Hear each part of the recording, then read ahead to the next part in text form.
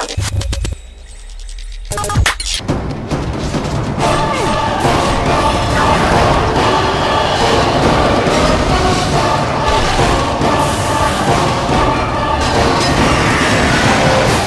I'm Corey Barlog, the director for God of War 2. Where has the game come in the last months since E3? A long way. E3, we had the level in the Bog of Forgotten Souls that everybody had kind of seen, the nice little 30-minute demo. But we've done a lot to that level and also completed, the other 80% of the game in that period of time. So a lot of changes have happened in that time, and a lot of things that were sort of temporarily finished at the time have been completely finished up. So we're really focusing a lot on second playthrough being not just a throwaway. We're letting you carry over your abilities. You're going to be able to keep your weapons, your magic, and all of the orbs that you've collected.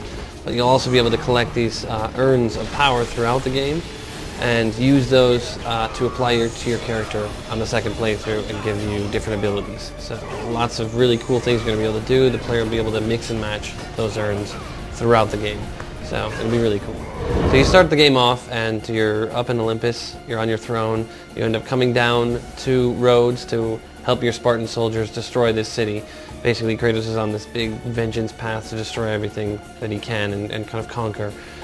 So you end up getting double-crossed by whom you think is Athena, and the giant Colossus, one of the wonders of the ancient world, is actually brought to life by whom you think is Athena.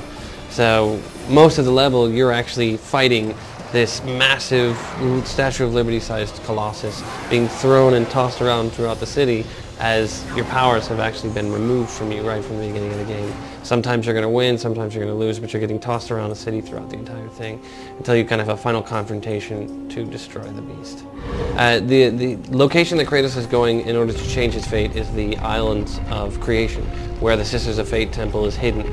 So that island is actually wrought with a ton of different heroes throughout mythology. You're going to run into Theseus and Perseus and all these other characters that you recognize from mythology, but you'll also run into people whom you'll recognize from the God of War universe. So with God of War 2, we really are kind of trying to push not only the size of the game and the scope of the game, but we are trying to give the player that base that we provided in God of War 1, and then add so much on top of it. All the things that we couldn't do in the first game we're adding on top of that. More magics, more weapons to fight with.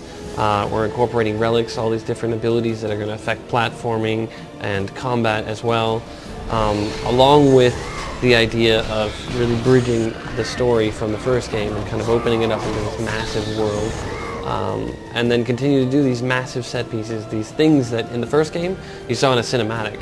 But now we're really kind of pushing the idea that you can navigate on these things now, giant titans that you're actually going to be climbing on in real-time gameplay. So it's pretty exciting.